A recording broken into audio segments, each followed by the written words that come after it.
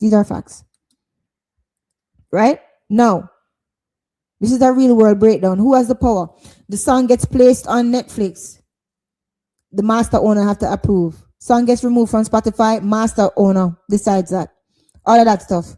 Song gets remixed officially. Master owner approves that. Song is sold for millions. Master owner profits from that. Right? Big up you Stace Foster. Thank you for being here and thank you for the super chat. Thank you for the super chat. Blessings. I appreciate it. Let me show it. Thank you. I appreciate it. Blessings. Good. Right? Now, here's some more truth for you. This is the part that most people miss that I want you guys to catch. Owning the master means you control distribution, you control the monetization, and you control the legacy, but not necessarily the songwriting or the publishing. Right? Now we're going to deep dive into the control part, which is the invisible power. This is where most people miss what I was talking about. What it is, the control, you see, the ownership, is not ownership on paper, but it's control over distribution accounts, control over the release timing, the relationships with the DSPs, the labels, the platforms. Who has the access to files? Who has the marketing machine? Who has that control? The labels, the managers, sometimes if they're paid, the distributors, and whoever controls that pipeline. What does it influence? Everything. Even if you own your own masters, even if you own your own publishing, if you do not have the control, right? If you don't control that release or the marketing or the visibility, your song can sit and catch cobwebs and you own it legally and it makes zilch. It makes zero.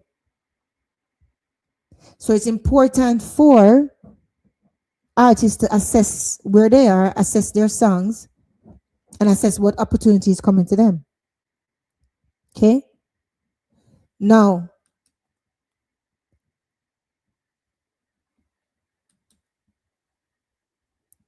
let's see how they interact. So say this is the first scenario. The artist own everything but no control. Him own the master, own publishing. Him have zero marketing and have no distribution. His result, no traction and low money, even if it's a bad song. Scenario 2. The label owns the masters. The artist own the publishing. Right? No ownership of the master. The label has control. What's the result of that? The label makes most upfront money. Okay, the artist will build long-term publishing wealth. Right? Scenario 3, the producer controls the rhythm. Producer, he owns the beat, controls access to the beat. Artist owns the master individually. What's the result? The producer controls the ecosystem. The artist competes within it. Right? So now let's talk about the manager versus the artist versus the producer. Right? We're going to break down the power struggle with some clarity. What does the artist bring? Brings the voice, brings the performance, brings the band, brings the fan base. Do they automatically own the master? No. They own it only if they funded it and the no contracts. Right.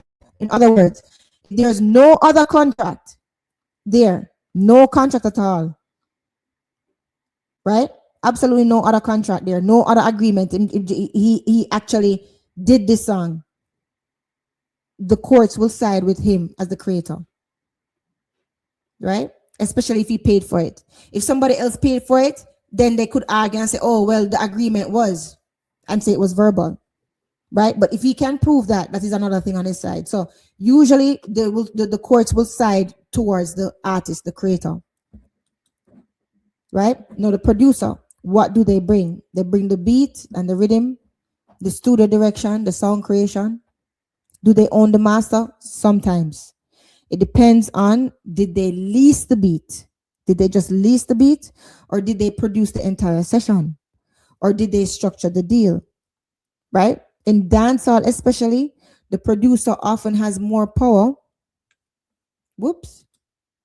than the artist realize. It's a fact. Right? And that is because of the control, not the ownership.